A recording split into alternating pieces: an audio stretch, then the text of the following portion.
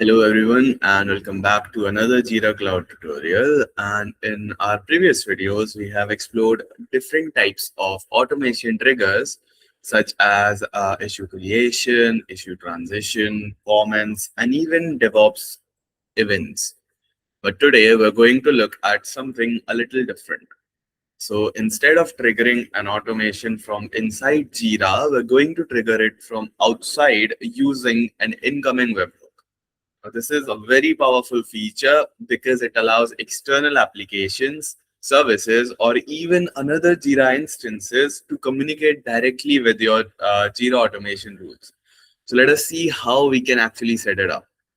Now, first of all, we of course have to create a new rule and from scratch, create the rule from scratch.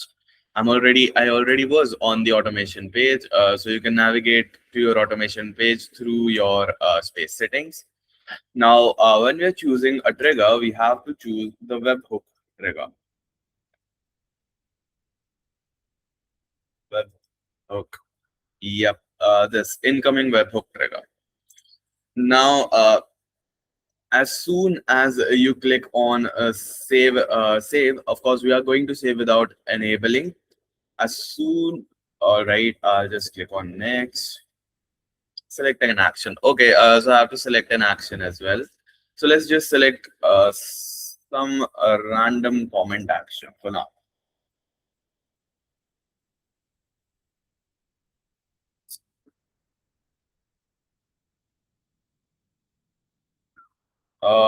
Comment on work item. All right, and select save without enabling. And let's name it something like incoming webhook.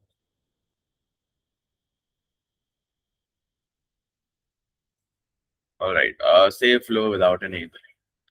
All right. So as soon as you save your webhook or your automation, you'll be able to see that Jira generates a unique URL, a webhook URL for your interface that you are going to use in outside of your Jira.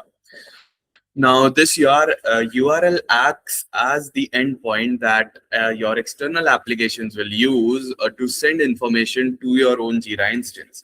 Now, since this URL is unique to your automation, you should avoid sharing it publicly. I mean, I don't really mind sharing it online because, of course, this is a tutorial workspace. This is not an official workspace, so it's all right. Now, next, what we have to do is we have to open our terminal, and here we have to do one thing. Since we'll be using curl, which is a command line tool used to send HTTP requests, first you have to make sure that curl is installed onto your system. It is usually installed by default, but it's never a wrong idea to actually check it. All right, as you can see, the output was the version of curl. So this proves that curl is installed onto my system. Now, if you see this information, you're good to go. Now, you just have to do one thing afterwards. That is, you have to go down here in the work item criteria, click on how to format the request. And here you can see the format you have to use to create this particular request. You just have to go and copy it. You go back to your terminal and you paste it. And here, as you can see, you have to edit two things inside this all default format. That is the name of your issue that you want to target, and also the webhook token. This is a token that is unique to your own webhook, which is present. If I'm not wrong, it should be present here. Uh, Wait, let me see if you're able to actually see my. Okay, you're not able to see my. I'll just present my whole screen.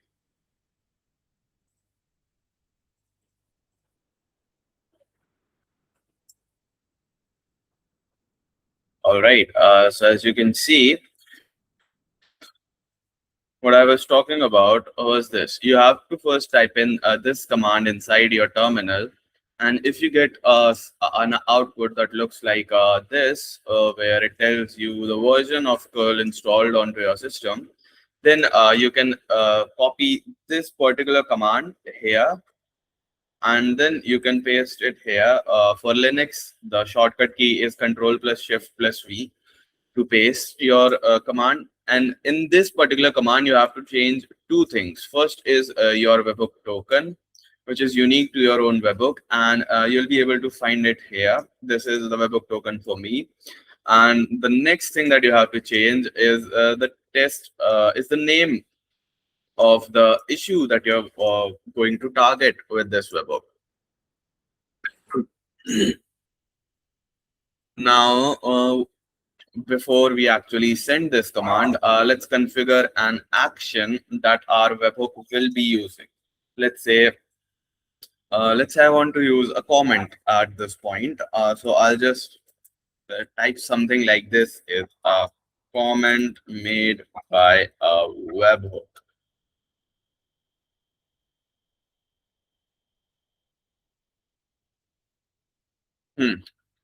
Then I'll click on next, and then I'll save my action.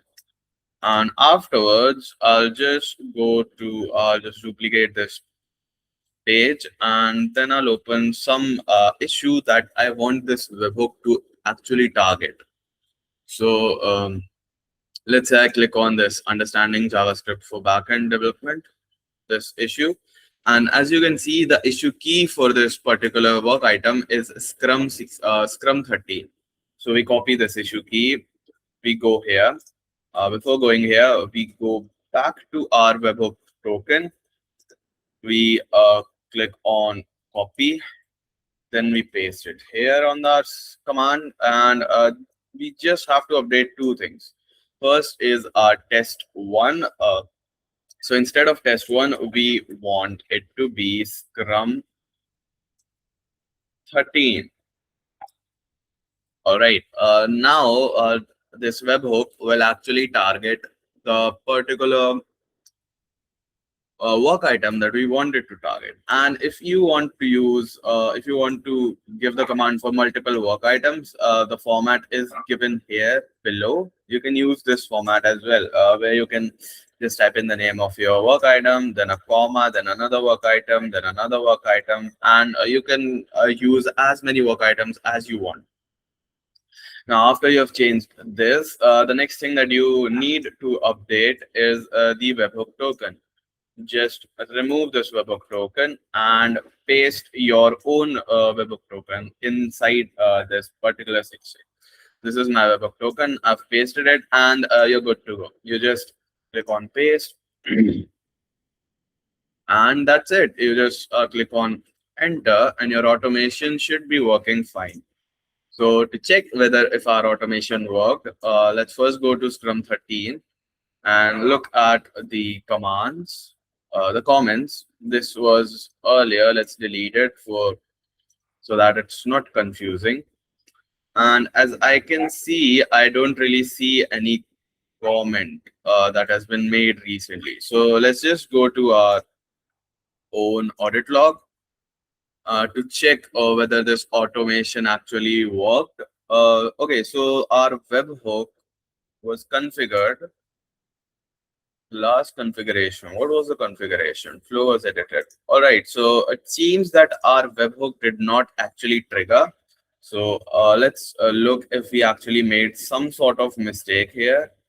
SCRUM 13. And this was our webhook token. All right. I don't think we made any mistake. So let's go back to our flow. Oh, okay. So, yes, we actually did make a mistake. Our automation is not enabled.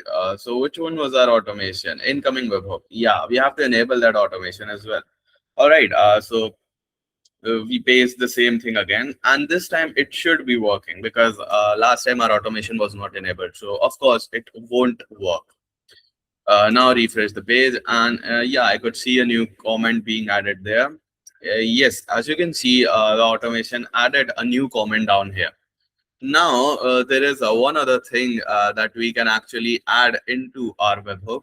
So instead of just writing this, let's go to our automation and let's update it a bit more. So here we are going to press enter and we're going to add in a smart value, which is called webhook dot message. We're going to type in or enter a message inside our Jira using our webhook. Now, for that, we have to do some. We just write in this message, and we're going to use the small smart value, which is called webhook dot message. Wait, was it webhook dot message? Let me just check it up a bit. All right. So it was webhook data dot message. All right. I was a bit wrong there, but I figured it out. All right. So this is a smart value that we're going to use, which is webhook data dot message. And what this will do is we are also going to add another section inside our webhook. So we save it here. We go back to our webhook. We copy the last. What is it called? Execution. We go down a line. Okay, I can't do this. Let's go back. Let's copy this again, once again, so that it's easier to demonstrate. We press enter, and here we are going to edit two things. First is the name of our work item, which was Scrum 13, and the second one is the token, which we're going to copy from here, and we're going to paste it. All right, I don't not want it to go back. Oh man. All right. So we pasted our token, and we're going to add in one other line, which is called /d message. Oops, message. I'm seeing something that I've already written here, so that I don't make any mistake on this command. And let's say we want the message to be something like hello from Webhook. We use the double commas for this, and that's it. We just close our command like that, and we use a simple backslash for line change. And yep, we're good to go. We press on paste, and we press enter, and boom. So now our work item should actually show. No, I don't want to see this. Delete draft. Why is this occurring to me? All right. So now our work item should actually get a new comment from our webhook. Okay, we did not save this command. We had to save it. All right. Since we've saved it, we can just copy the earlier command again and press enter. And now this automation should have worked fine. Refresh the page. Why is it not working? Did I write in something wrong? Okay, let's just check it out. Data Scrum 13 /d. Yeah, the command was a bit wrong, so I have to change it. The spelling of my message is wrong. MESSAGE. Hello from a webhook, and I'm pretty sure that should be it, right? It's closed properly, it's open properly. All right, one other mistake that I've made here. This. All right. So now it should be working fine. Let's go to our Work item, click on refresh. This comment is made by a webhook. Why is it not working? So let's check our audit log for any kinds of. It actually worked, but why is it not showing on my work item? So webhook was successful. It was successful previously as well. Commented on work item, but it's not showing here. Why? Let's look at the activity. This comment is made by webhook. Did I actually put the right SCRUM13? Yes, I put the right issue key, which was Scrum 13. Then I put the right message, which was hello from webhook. I'm pretty sure it's not working because we already have no, not go to comment. I want to delete this comment. Let's choose some other. Let's choose some other bug. Let's choose a Scrum 16. All right.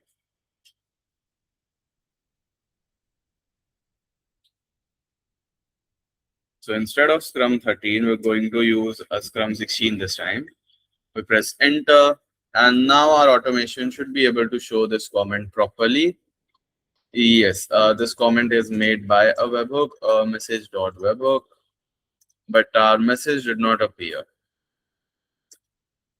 There is always something wrong whenever you're doing these things. Webhook data, webhook data, and message. Okay, so it should have appeared, but it's for some reason it's not appearing here. So let's just leave that. Leave it at that. I'll see what's going on with it the next time we're here. All right. So I hope this was actually able. This was helpful for you. Now, these incoming webhooks are extremely useful when you're integrating Jira with other systems.